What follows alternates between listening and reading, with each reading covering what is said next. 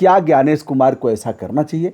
यदि ज्ञानेश कुमार ने ऐसा कह ही दिया तो अनुराग यादव को चुपचाप सहन कर लेना चाहिए, या प्रतिवाद किया तो ठीक किया। एक आईएएस अफसर अपना घर द्वार सब छोड़ करके, अपने बाल बच्चों को छोड़ करके मलाई काटने जाता है, ड्यूटी करने मलाई काटने जाता है। वो अगर डांटा जाए, वो सस्पेंड हो जाए, उसके खिलाफ कार्रवाई हो जाए, उसका ट्रांसफर हो जाए, तो आप लोगों को आनंद आता है। ऑब्जर्वर और इलेक्शन कमिश्नर का रिश्ता क्या है जी? इलेक्शन कमिश्नर और ऑब्जर्वर का रिश्ता यह है कि ऑब्जर्वर इलेक्शन कमिश्नर का आंख है और उनका कान है। ठीक बात। मतलब उसी की नजरों से वो देखेंगे और उसी की बातों से अपने कान में सुनेंगे। ठीक बात। यूपी कैडर के आईएएस अधिकारी अनुराग यादव गए पश्चिम बंगाल में चुनाव कराने। मुख्य चुनाव आयुक्त ज्ञानेश कुमार से एक तरह से भिड़ाभिड़ी हुई। ज्ञानेश कुमार को नागवार लगा और उन्होंने कहा घर चले जाओ, निकलो। अनुराग यादव वहां से निकले और चले आए उत्तर प्रदेश। अब लोगों को लग रहा है कि क्या ज्ञानेश कुमार कोई एक्शन लेंगे? क्या ज्ञानेश कुमार को निलंबित करने का अधिकार है? क्या ज्ञानेश कुमार जिस प्रकार अमित शाह के साथ कई साल तक सेवाएं दिया है और आईएएस आईपीएस गृह मंत्रालय भारत सरकार के ही अधीन होते हैं, क्या ज्ञानेश कुमार के कहने पर, ज्ञानेश कुमार की रिपोर्ट पर अनुराग यादव के ऊपर कोई ना कोई एक्शन होगा? हम जिसके साथ हैं वो अभी भारतीय प्रशासनिक सेवा के अफसर रहे हैं और कई प्रदेशों में चुनाव कराया है, लगभग 7 प्रदेशों में। देखा जाए तो वीरप्पन के इलाके में भी कराया है, राजस्थान में कराया, पंजाब में कराया, महाराष्ट्र में कराया, झारखंड, दिल्ली और अन्य मैं पूछूंगा उत्तर प्रदेश में तो कराया ही है। टीएन सेशन के समय में भी चुनाव कराया। ऐसे हैं श्री राम विशाल मिश्रा जी। प्रणाम। प्रणाम। अनुराग यादव और जो मुख्य चुनाव आयुक्त हैं ज्ञानेश कुमार, दोनों लोगों के उस वार्तालाप को आपने देखा होगा जी। मैं फिर से एक बार रिपीट कर देता हूं। उन्होंने पूछा कि इस विधानसभा में कितने पोलिंग बूथ हैं, कौन से संवेदनशील हैं। यह त्वरित उत्तर नहीं दे पाए। उसके बाद वह भड़क गए और उन्होंने कहा घर चले जाओ। इन्होंने कहा इस तरह का व्यवहार हमारे साथ नहीं कर सकते आप। तो इसको किस रूप में आप देख रहे हैं? और 25 साल की सेवाएं अगर देखा जाए तो अनुराग यादव की भी हो गई हैं। जौनपुर में डीएम रहे, कई लखनऊ झांसी में कई जगह डीएम रहे, महत्वपूर्ण पदों पर, समाज कल्याण विभाग के प्रमुख सचिव। यदि देखा जाए तो अब अपर मुख्य सचिव और मुख्य सचिव यही बाकी है। इस लड़ाई को किस रूप में आप देख रहे हैं? पहली बात तो आपके दर्शकों को और श्रोताओं को प्रणाम। आप लोग भी सुनना चाहते हैं और दुबे जी भी सुनना चाहते हैं जी। सब लोग बड़ा मज़ा लेते हैं कि ये हो रहा है दो लोगों में, दो आईएएस में। तो मेरा ये कहना है कि ये एक एक्सीडेंट है, एक दुर्घटना है जी। एक उनको क्रोध आया और उन्होंने कहा कि भाई ये क्रोध का प्रदर्शन ना हो जी। तो इसको आप जो जनता आईएएस अधिकारियों के गिरने पर यही सब तो हो रहा है। मुख्यमंत्री मंच पे सस्पेंड कर दें तो जनता तालियां बजाती है। जनता बड़ा मजा लेती है कि ये एक दूसरे को डांट रहे हैं और वो सुन रहे हैं। तो जनता अगर मजा लेती है तो जनता अपना पहले देखे ना कि इसका परिणाम क्या है। ये जो घटना हुई है इसका परिणाम यह है कि एक आईएएस अफसर अपना घर द्वार सब छोड़ करके, अपने बाल बच्चों को छोड़ करके मलाई काटने जाता है, ड्यूटी करने मलाई काटने जाता है। आप कहेंगे मलाई काटने, और बेचारा विषम परिस्थितियों में ड्यूटी करने वहां पहुंचा है। आईएएस और बेचारा नहीं, अब आईएएस और बेचारा नहीं, सारे संसाधन एरोप्लेन से जाएगा, सुरक्षा रहेगी, और आईएएस बेचारा। नहीं तो क्या एरोप्लेन का एक्सीडेंट नहीं होता? क्या एरोप्लेन में लोग नहीं मरते हैं का? या हमारा जब ऑब्जर्वर गया और उसकी लौट करके लाश आई और मेरा छोटा सा बच्चा, मैं सीएसआई टावर्स में ही रहता था, वहीं पर श्री अनुराग यादव भी रहते हैं और पहले श्री चंद्रभानु जी थे जी। तो मेरा लड़का रोने लगा, कहा कि, और मैं भी गया था ऑब्जर्वर में, कि ये क्या हो रहा है। बच्चा था तो आप उसका बेचारापन, उसकी कठिनाइयों को नहीं देखते हैं। आप तो केवल मजा लेते हैं कि ये क्या हो रहा है, कि वो अगर डांटा जाए, वो सस्पेंड हो जाए, उसके खिलाफ कार्रवाई हो जाए, उसका ट्रांसफर हो जाए, तो आप लोगों को आनंद आता है।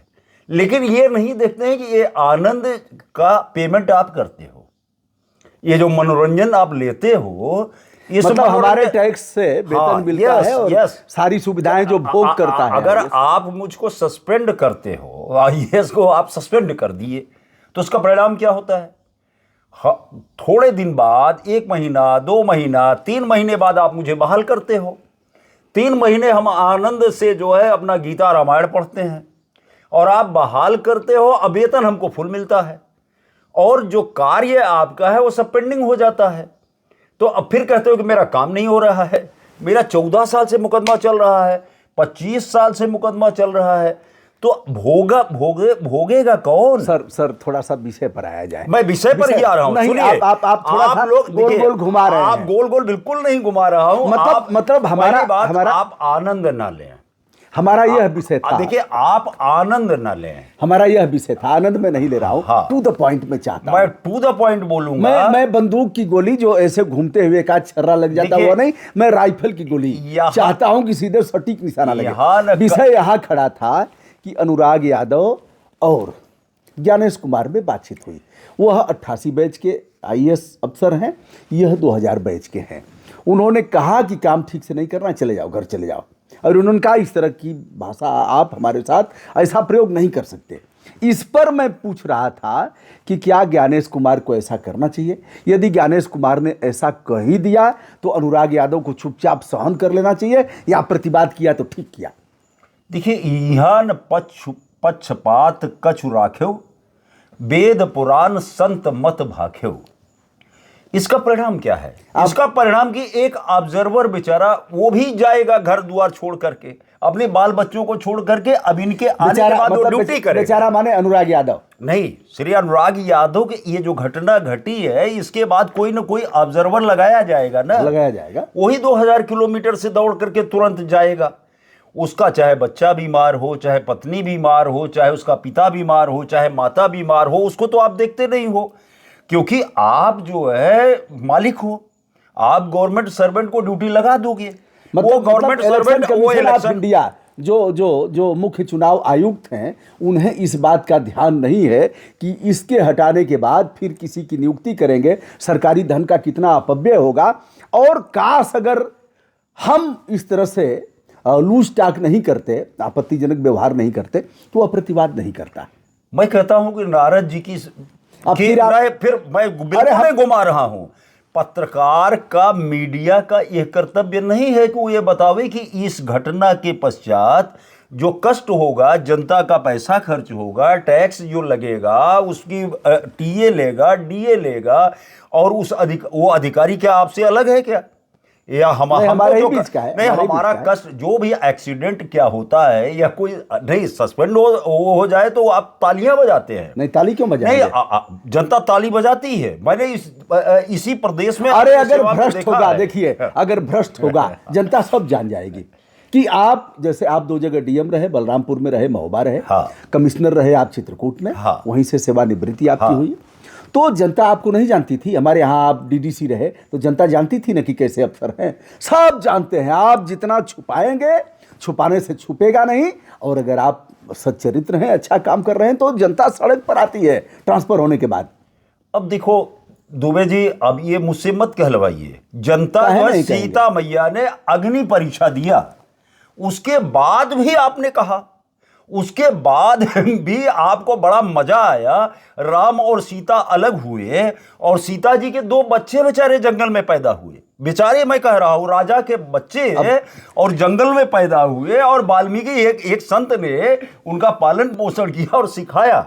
और माँ फिर जो है, माँ जगदम्बा सीता मैया जो है, इस दुख से धरती में समा गई, और राम जी वियोग ही सहते रह गए। तो आप जो है हमारे साथ जो करते हो, जो आपकी सेवा के लिए वो हाजिर है, आपने ड्यूटी लगा दिया, वो ऑब्जर्वर वहां पहुंच गया। अब वो बेचारा दूसरा वाला, हाँ। और दूसरा वाला पहुंचा। अरे अभी पहले वाले को आने आप दीजिए, पहले समझिए, पहले वाले को आने दीजिए, उसके बाद दूसरे को देखिए, पहुंचाइए। अभी ज्ञानेश कुमार और देखिए अनुराग यादव, हाँ, 2000 देखिए इलेक्शन कमीशन का ही ऑब्जर्वर है वो। ऑब्जर्वर और इलेक्शन कमिश्नर में क्या रिश्ता है? रिश्ता यह है कि इलेक्शन कमिश्नर ने कहा कि मेरी आंखें मैं दिल्ली से नहीं देख सकता, मेरी आंखें जा करके, मेरी आंखें बन करके उस विधानसभा में जा करके देखो और मुझे बताओ कि वहां क्या हो रहा है। यानी जिला निर्वाचन अधिकारी, पुलिस अधीक्षक, रिटर्निंग अफसर, प्रिजाइडिंग अफसर नियम का, संविधान का, कानून का पालन कर रहे हैं कि नहीं कर रहे हैं? आपने सेशन साहब का नाम लिया, नहीं, अभी इस पर से थोड़ा गुजर मैं लिया इसी जाए। पर मैं कह रहा या हूं। फिर आप कह दें कि इस पर हम कोई कमेंट मैं नहीं करेंगे। उसी पर कमेंट कर रहा हूं भाई, सुनेंगे आप तब तो। नहीं, हम तो सुन नहीं, रहे हैं। ऑब्जर्वर और इलेक्शन कमिश्नर का रिश्ता क्या है जी। इलेक्शन कमिश्नर और ऑब्जर्वर का रिश्ता यह है कि ऑब्जर्वर इलेक्शन कमिश्नर का आंख है और उनका कान है। ठीक बात। मतलब उसी की नजरों से वो देखेंगे और उसी की बातों से अपने कान में सुनेंगे। ठीक बात। और उसकी बात को मानेंगे और उसके अनुसार कार्य करेंगे। अब यहां क्या हुआ है? यहां जो घटना घटी कि इलेक्शन कमिश्नर ने अपना ही कान, अपनी ही आंख अगर कर दिया, चाहे उसको आप जो भी कह लीजिए, हाँ। तो इसकी प्रशंसा की जाए और या जनता के टैक्स पेयर का पैसा जो फिर लगेगा दूसरे ऑब्जर्वर में, उसकी प्रशंसा कैसे की जा सकती है? मतलब ज्ञानेश कुमार जी को ऐसा नहीं करना चाहिए था, टीम भावना से मुखिया की तरह ले चलना चाहिए था। अगर अनुराग यादव ने बताने में थोड़ा सा विलंब भी कर दिया, कई बार चूंकि इलेक्शन कराए हैं, ऑब्जर्वर बन के अनुराग गए हैं, अनुराग का यह भी कहना था कि साहब अगर हम इतने खराब होते तो बार बार इलेक्शन कमीशन ऑफ इंडिया हमको ऑब्जर्वर बना के विभिन्न प्रदेशों में क्यों भेजता। जैसे 7 प्रदेशों में आप चुनाव कराए हैं, बीरप्पन के क्षेत्र में चढ़ करके आपने चुनाव कराया है, पंजाब में कराया है, अगर देखा जाए झारखंड के उस नक्सलवादी इलाके में कराया है। नक्सल का पीक था जब मैंने चुनाव कराया जी। देखिए बात क्या है कि कार्य क्या है। आए थे हरिभजन को वोटर लगे कपास। यहां ये जो चुनाव का उत्सव है जी, उस उत्सव का आनंद न लेकर के ये जो काम क्रोध परायण हुआ है, किसी का क्रोध और कोई सहन करना। देखिए हम लोगों की नौकरी में मर्यादा का पालन होता है। मर्यादा का मतलब समझ रहे हैं? मर्यादा का मतलब केवल बच्चा मर्यादा का पालन नहीं करेगा, पहले पिता भी करेगा, बच्चा भी करेगा। बहुत बड़ी बात। और यहां क्या हो गया, यहाँ जो है दादा और चाचा लड़ रहे हैं, बच्चे मजा ले रहे हैं। लेकिन मर्यादा तो चाचा और दादा दोनों ने तोड़ा कि एक ने तोड़ा? मर्यादा इसमें अरे चाचा माने ज्ञानेश कुमार, हाँ, और भतीजा माने, नहीं, हाँ, दादा चाचा ने जो तोड़ा और जनता जो देख रही है और मजा ले रही है। जनता क्या, जनता ने तोड़वाया? नहीं, जनता जो मजा ले रही है इसमें, मजा नहीं ले रही है, आनंद ले रही है। आईएएस की हंसी उड़ा रही है, मस्करी उड़ा रही है, और इसमें खूब आनंद ले रही है। तो हमारा सिर्फ इतना कहना है कि ये जो मनोरंजन आप कर रहे हैं, इसमें आपके टैक्स पेयर का पैसा लग रहा है, अधिकारियों को परेशानी हो रही है। हमारे टैक्स का पैसा अनुराग यादव एरोप्लेन से गए आए, और जो नहीं वो तो गए ही थे, और जो नए जाएंगे हाँ, वो अभी पैसा लगेगा और वो हमारा ही पैसा लगेगा। यह बात तो समझ में आ गई। मजा लीजिए। आदरणीय हमें यह जानना था कि जिस प्रकार यदि अनुराग यादव से पूछा, तैयारी करके उनको जाना चाहिए था। अगर कुछ सेकंड विलंब हो गया होता, हुआ है, तो ज्ञानेश कुमार को पीठ थपथपाना चाहिए। ठीक है, तैयारी करके आओ।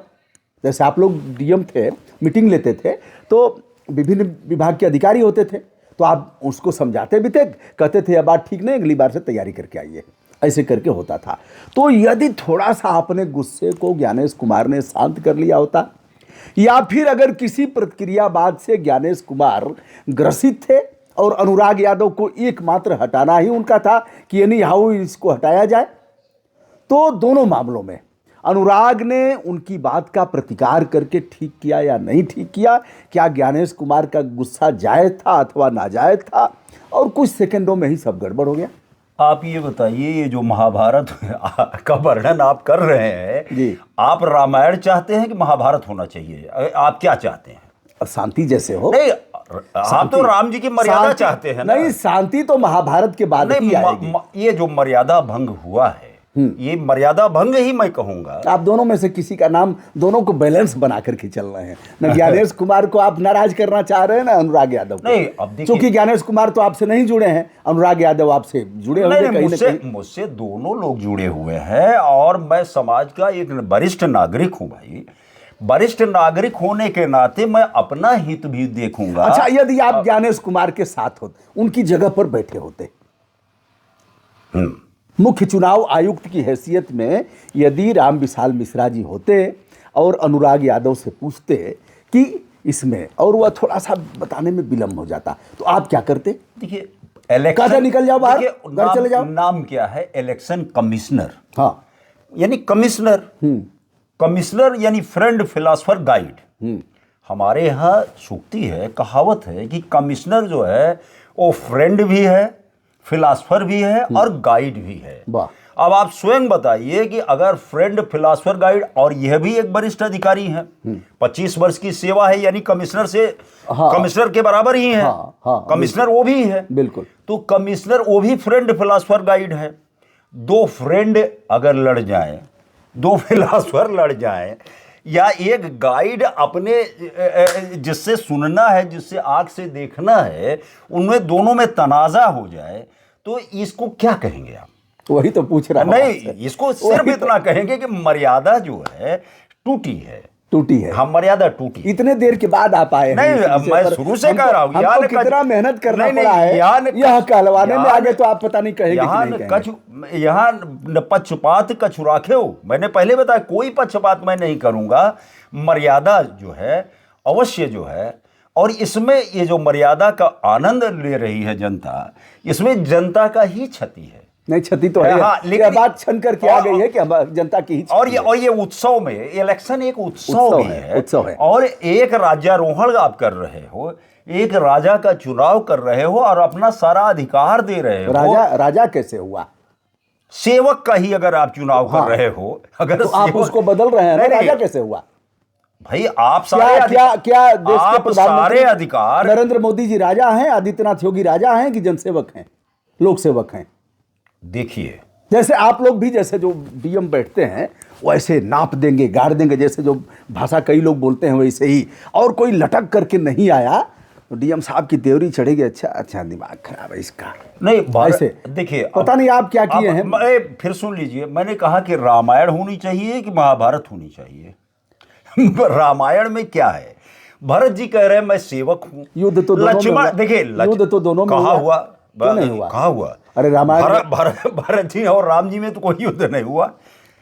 भरत जी, वहां तो युद्ध इस बात का हो रहा है कि राजा तुम बनो, वो कह रहे राजा तुम बनो। अच्छा, मैं जो चाहता हूं उस नहीं, और महाभारत पर आप चढ़ नहीं और आप रहे देखिए हैं। महाभारत में क्या हुआ जी। विदुर जी को दुर्योधन ने कहा, जो चाचा था, जिसको चाचा का ही संबोधन था, और राजा कह रहा है मेरा छोटा भाई है धृतराष्ट्र, और दुर्योधन क्या कर रहा है? बदजुबानी कर रहा है, कह रहा है दासी पुत्र तुम का सलाह दोगे। तो बात यह अहंकार की नहीं है, बात यह प्रेम की है, बात चुनाव की है कि चुनाव कैसे अच्छा से अच्छा वहां पे हो। लक्ष्य से मत हटिए। लक्ष्य क्या है कि वेस्ट बंगाल में निष्पक्ष और न्यायपूर्ण चुनाव हो। उसमें दोनों लोग लगे हुए हैं। श्री ज्ञानेश कुमार जी भी लगे हैं, श्री अनुराग यादव भी लगे हैं, या जो बेचारा दूसरा जाएगा वो भी लगेगा। तो इस जो घटना हुई है, इसमें निष्पक्ष और न्यायपूर्ण चुनाव में तो ऐसा कोई कार्य हुआ नहीं है। केवल ये हुआ कि उस जो उत्सव था, उस उत्सव में थोड़ी सी विसंगति आ गई। जो आनंद चल रहा था, उस आनंद में विसंगति आ गई, जिसकी चर्चा आप कर रहे हो। विसंगति हुई कहां से? उसमें कौन? दो लोग, ज्ञानेश कुमार मुख्य चुनाव आयुक्त और अनुराग यादव। विसंगति ये हुई कि रामायण नहीं हुआ, महाभारत हो गया। तो कहां से हुआ? अब ये महाभारत किसने कहा कि हम सुई के नोक बराबर भी जमीन नहीं देंगे? तो इसमें कहाँ हुआ? तो इसमें इस महाभारत में छोटा सा ही महाभारत, लेकिन लोगों को जानने का अधिकार भी है कि हुआ कैसे। इस महाभारत में आप किसको दोषी मानते हैं? नहीं, उस महाभारत में भी क्या द्रौपदी का दोष नहीं अरे था? आप इसमें आइए। जो अंधे का पुत्र अंधा नहीं, उसने कहा कि मैं सुई की नोक इस के महाभारत नहीं पर दूंगा। इस महाभारत पर देखिए, आप सदैव आप बहुत बड़े लीडर सदैव हैं। देखिए, लीडर है आप। सदैव देखिए, आईएएस दोनों का की ब्रेन सामान्य नहीं है, इसी तरह से घुमाते हैं और पब्लिक को। मैं यह नहीं कह सकता हूं। अरे दोनों में से किसका दोष? शुरुआत किसने किया, अंत किसने किया, कैसे इसको समन किया जा सकता था? अरे भाई, आप रहते यदि मुख्य चुनाव आयुक्त तो क्या करते? चलिए आप ये बताइए। फिर दूसरी बात, नहीं, यदि आप अनुराग यादव की जगह रहते तो क्या करते? आप ये ज्ञानेश कुमार डांटते तो आप डांट सुन करके sir sir sir sir sir sir कहते, या फिर कह देते कि आप जो कह रहे हैं ठीक नहीं है? आप ये बताइए, सड़क पे मुझसे दुर्घटना हो जाए, मैं साइकिल से गिर पड़ूं, तो आप हंसेंगे या मेरी सहायता करेंगे? आप सीधे नहीं, आप पॉइंट ऑफ व्यू से नहीं, अब दुर्घटना है, पॉइंट ऑफ व्यू से आइसोलेट क्यों हो रहे हैं? अब इस दुर्घटना को आप आनंद लेंगे।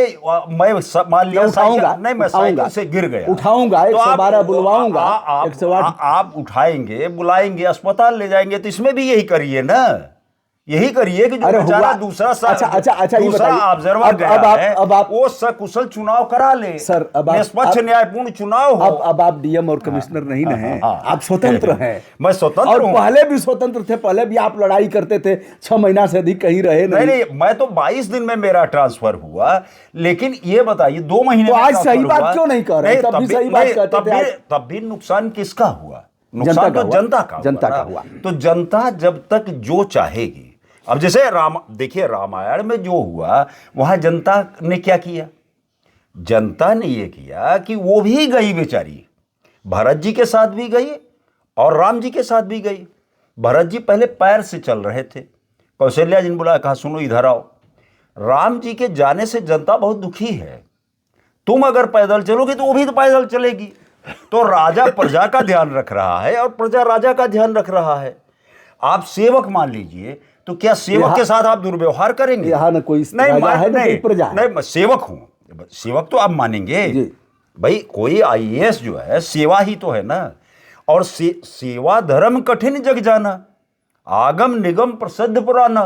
तो सेवा के लिए तो आप जैसे ऑर्डर करते हो चाहो, तो अब ऑब्जर्वर वो बेचारा अपने घर से निकलेगा, भागेगा, जाएगा एयरपोर्ट पे, एयरपोर्ट से वहाँ उतरेगा, वो दूसरा बेचारा ड्राइवर आएगा, वो ले जाएगा, वहाँ वो जाएगा, पढ़ेगा, समझेगा क्या हो रहा है, क्या नहीं हो रहा है, क्या ऐसे हवा में वो खेल खेलेगा। पहले टीएन सेशन एक ऐसा नाम कि इलेक्शन कमीशन को लोगों ने जाना, इसका पावर क्या है, इसके संवैधानिक अधिकार क्या है, यह कैसे ऐसे लोगों की ऐसी की तैसी कर सकता है और निष्पक्ष चुनाव कैसे करा सकता है।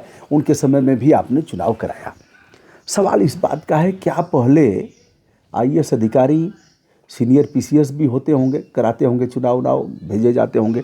क्या इसके पहले न्यायिक सेवा के लोग रहते थे, यानी जज लोग कराते थे चुनाव?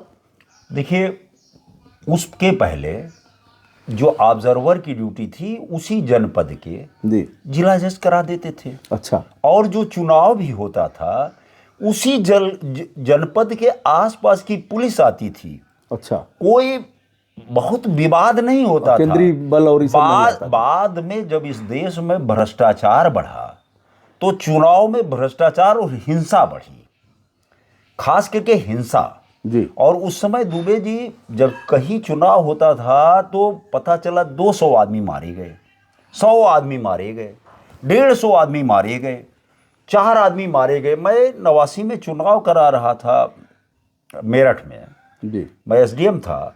तो बागपत में जो है बड़ौत में 4 लोगों की हत्या हो गई।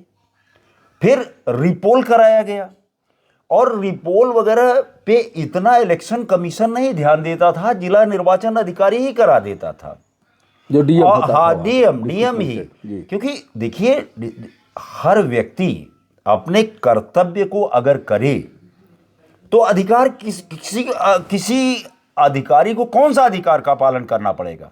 अगर 2 भाई न लड़े तो जज कौन सा फैसला करेगा भाई? सबसे कठिन चुनाव आपको कहाँ लगा? जैसे पंजाब में, झारखंड में, वहां गए आप। मैंने बताया तो कि सबसे कठिन चुनाव 89 में जो बड़ौत में लोग मारे गए। नहीं, जहां अन्य प्रदेशों नहीं, अब बता रहा हूं मैं। अब जो लोग मारे गए तो जो हृदय विदारक घटना घटी, जी जो बेचारे आम जनता, आप गोली चला रहे हो, जो वोट देने गया है वो मारा जाए, तो सबसे हृदय विदारक घटना तो मुझे वही लगी। उसके बाद तो 91 में हम लोगों के यहाँ कोई घटना नहीं हो, और जो चुनाव उन्होंने शेषन साहब ने बागडोर अपने हाथ में ली, और उसके बाद जब हिंसा रुक गई, खर्चे संयमित हो गए, चुनाव में एक पारदर्शिता और एक मतलब मितव्ययिता आई। अब एक तरफ देख रहे हैं आप, गैस नहीं मिल रही है, डीजल पेट्रोल नहीं मिल रहा है, खर्चा। तो इलेक्शन में दुबे जी बहुत पैसा खर्चा होता है, बहुत ऊर्जा खर्च होती है। इसको अगर कोई संयमित कर रहा है, उसको अगर कोई नियमित कर रहा है, तो जनता ने बहुत सराहा। बिल्कुल बिल्कुल। तो जनता ने उन अधिकारियों को, इलेक्शन कमिश्नर को, निर्वाचन आयोग की भूमिका को बहुत सराहा, बहुत तारीफ किया है। तो आज ये जो घटना हुई है, अब वो इलेक्शन कमिश्नर अगर सेशन की भूमिका में आते हैं, तो ऑब्जर्वर तो भाई आप ही का अंग है, आप ही का तो आंख कान है। तो ऑब्जर्वर से और इलेक्शन कमिश्नर में कौन सा तनाजा, कौन सा झगड़ा, वो तो उन्हीं की आंख कान है। तो अगर उनको ज्ञानेश कुमार को थोड़ा संयम बरतना चाहिए था, क्योंकि मुखिया थे, बड़े थे। तो संयम, तो इसमें क्या कोई विवाद तो हुआ नहीं। उन्होंने कहा ठीक है, आप कह रहे जाओ तो हम चले जा रहे हैं, इसमें ऐसी कोई बात तो ही नहीं। लेकिन अब अरे बड़े बेआबरू होके निकले तेरे कूचे से। नहीं, वो जो बेचारा जो दूसरा ऑब्जर्वर जाएगा, उसकी परेशानियों को देखिए कि वो कितनी मुश्किल से वहां पहुंचेगा, और जितना इन्होंने कार्य कर लिया था वो भी अब वो कार्य करेगा, पढ़ेगा, सुनेगा, देखेगा। सबसे खतरनाक, आपने ओम बिरला का भी चुनाव कराया। बिल्कुल कराया, राजस्थान विधानसभा का। मतलब उन दिनों विधानसभा चुनाव वाला नहीं, 13 में वो पहले एमएलए हुए थे, बाद में 14 में एमपी हो गए। कैसा रहा वो? वो तो बहुत शांतिपूर्ण चुनाव था जी। कोटा में उस समय। देखिए, आप बड़ी अच्छी बात कर रहे हैं। इसके पहले हम बुरी बात कर रहे थे क्या? नहीं, बात देखिए, जब आप समाज की बात करेंगे, जो क्राइम हो रहा है जी, कोटा में भी क्राइम है। कोटा जहां पर चुनाव हो रहा था, तो मैंने एसपी साहब से पूछा, मैंने कहा बड़ा क्राइम है। तो उन्होंने कहा कि सर ये तो आपने बड़ा गजब का ऑब्जर्व किया, राजस्थान वगैरह बड़े शांत प्रदेश हैं। उन्होंने कहा लेकिन कोटा में क्राइम है। तो हमने कहा भाई देखिए इसको। उन्होंने कार्रवाइयाँ किया और बड़ा शांतिपूर्ण चुनाव हुआ। इनकी तरफ से वहाँ कांग्रेस की तरफ से मिनिस्टर लड़ रहे थे, तो इनके लोगों की कुछ शिकायतें भी थी, उन शिकायतों का भी रिड्रेसल किया गया जी। तो ऑब्जर्वर का कार्य है कि जो कितना शांतिपूर्ण, निष्पक्ष और न्यायपूर्ण चुनाव हो जी। इस भूमिका में हमारा हर कर्मचारी, चाहे पोलिंग अधिकारी हो, चाहे प्रिजाइडिंग अधिकारी हो, चाहे रिटर्निंग अधिकारी हो, चाहे जिला निर्वाचन अधिकारी हो, या पुलिस अधीक्षक हो, या कांस्टेबल हो, या सेंट्रल रिजर्व फोर्स जो आई है, हर व्यक्ति लगता है कि ये उत्सव सुंदर उत्सव हो, शांतिपूर्ण हो, जनता आनंद ले और अपने मताधिकार का। झारखंड में कैसा आनंद आया? आप गए थे, चुनाव नक्सल प्रभावित इलाका था। भाई देखिए दुबे जी, वो तो एक बहुत ऐसी घटनाएं हो रही थी, वो भी हृदय विदारक थी। लोग एक दूसरे को मार रहे थे। कौन सा जिला था? विधानसभा कौन सा? गुमला था। वहां पर उसके पहले ही घटना हुई थी जी, वो मेरे ही विधानसभा में घटना हुई थी। तो जो घटनाएं होती हैं उसमें किसी को आनंद आता है क्या? कोई मारा जाए, कोई मारे, तो इसमें कोई आनंद आता है क्या? नहीं। ये तो सब दुर्घटनाएं हैं। और उसमें भी अधिकारी सोचता है कि एक निष्पक्ष न्यायपूर्ण चुनाव हो, तो चुनाव हुआ शांतिपूर्ण, सब लोगों ने सराहा। हम लोगों ने उसको शांतिपूर्ण, कोई घटना नहीं हुई, हम लोगों ने भी आनंद उठाया। बीरप्पन के इलाके में भी आपने कराया, चंदन तस्कर। हाँ, वहाँ का क्या अनुभव रहा? वहाँ का भी अनुभव यही रहा कि पहली बात तो शंकर जी का वहाँ सबसे बड़ा टेम्पल है, प्रभु का दर्शन हुआ। आप चुनाव कराने गए थे? नहीं, शंकर जी का पूजा करने गए थे? तो क्या वहाँ पोलिंग बूथ नहीं था क्या पोलिंग स्टेशन नहीं था क्या? देखिए, जब यही तो भगवान कृष्ण ने कहा ना कि कर्म जब उत्साह से आप करते हो, कोई भी कर्म, जैसे आप यही कार्य कर रहे हो, या हम बोल रहे हैं, या हमारे दर्शक सुन रहे हैं, या तो उनको आनंद भी आ रहा है, मनोरंजन भी हो रहा है, उसे हम भी कहीं जब जाते हैं ऑब्जर्वर में तो जो कठिनाइयाँ होती हैं वो कठिनाइयाँ सॉल्व हो जाती हैं, क्योंकि जनता सम्मान देती है, अधिकारी सम्मान देते हैं, और हम भी जो गाइड कर सकते हैं हम गाइड करते हैं, क्योंकि हमारा कार्य है फ्रेंड फिलासफर गाइड का। तो कि जहाँ जो कुछ हो सकता है हम गाइड करते हैं, और वहाँ बूथ पे अगर प्रभु का मंदिर है तो वो अवसर हम क्यों चूक जाएंगे, हम दर्शन भी करेंगे। हमने दर्शन भी किया। तो जो सबसे और शांतिपूर्ण और सबसे बड़ी बात दुबे जी, हम लोग उत्तर प्रदेश में बड़ा क्राइम है, वहाँ कोई क्राइम नहीं है। आपको ताज्जुब होगा कि 90% बूथ पे हमने होमगार्ड से चुनाव कराया, ये कांस्टेबल भी नहीं लगा था ड्यूटी पर। अच्छा। हाँ, तो हमको सीखना भी चाहिए, हमें उत्तर प्रदेश बिहार की जनता को, कि भाई हमारे ही देश में चुनाव को उत्सव में बिगाड़ते हो ना, उसको बिगाड़ो नहीं, पुलिस लगे ही ना। आप जो बिगाड़ते हो, घटनाएं करते हो, तो सेंट्रल रिजर्व फोर्स आती है, उसमें टीए लगता है, डीए लगता है, डीजल खर्चा होता है, परेशानी होती है, तो उसको रोकना पड़ता है, ये सब ना लगे जी। तो आपने चुनाव पहले बिगाड़ा, फिर सेशन जी ने हिंसा को रोकने के लिए, निष्पक्ष कराने के लिए, एक उत्सव करने के लिए अब तो बहुत तामझाम करना पड़ता है। तो उसी में हम लोग ऑब्जर्वर भी जाते हैं, आप ऑर्डर किए तत्काल वो ऑब्जर्वर जाता है। तो ये चुनाव एक उत्सव है दुबे जी, और इस उत्सव का आनंद लीजिए, जैसे सारे चैनल ले रहे हैं। सब जगह देखिए कि बंगाल का चुनाव ऐसा, तमिलनाडु का ऐसा, कल आप देखिए जो चुनाव हुआ है सब जगह आपने पूरी टिप्पणियां किया, इतने परसेंट हो गया, इतने परसेंट। तो हम लोग भी जनता जो सुनना चाहती है हम लोग करते हैं उस तरीके से। तो दोस्तों, यह है श्री राम विशाल मिश्रा जी, जिनके साथ आज की हमारी वार्ता हुई। कुल मिलाकर के भले ही न कहें किसी आईएएस का, कोई आईएएस कुछ बिगाड़ता नहीं है, और सभी मौसी के लड़के तो नहीं मैं कह सकता, क्योंकि उसके पहले भाई हैं, उसके पहले की पंक्तियां बड़ी खराब हैं। नहीं, सब मौसेरे भाई हैं, सब मौसेरे भाई हैं। और किसी का कोई बिगाड़ता मौसेरे भाई बहुत प्रिय होते हैं, भाई होते भले हैं, झगड़ा हो, लेकिन मौसेरे भाई उसके पहले वाली पंक्तियां ना आप कहेंगे, हम भी नहीं कहेंगे कि, और कहना भी नहीं चाहिए। नहीं, कोई अधिकारी नहीं है, कर्तव्य सबको करना है, और इस उत्सव में सबको आनंद और किसी का कोई बिगाड़ता नहीं है। आईएएस में आपस में भले ही कुछ हो जाए, लेकिन बड़ा प्रेम परस्पर है। प्रभु भी नहीं बिगाड़ते हैं, प्रभु भी जो दंड देते हैं हमको सुधारने के लिए देते हैं, जिनको पूरा अधिकार है। तो हम लोग कोई अधिकारी नहीं है, हम एक लोग दूसरे की सेवा के लिए लगाए गए हैं, और हम लोग सेवा करते हैं।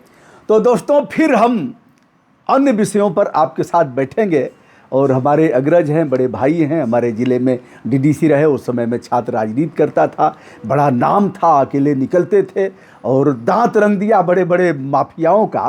तो तब से हमारा था, बाद में हमारी फिर से बातचीत हुई, और बातचीत आगे भी करेंगे। आपने समय दिया, बहुत बहुत धन्यवाद। प्रणाम। धन्यवाद।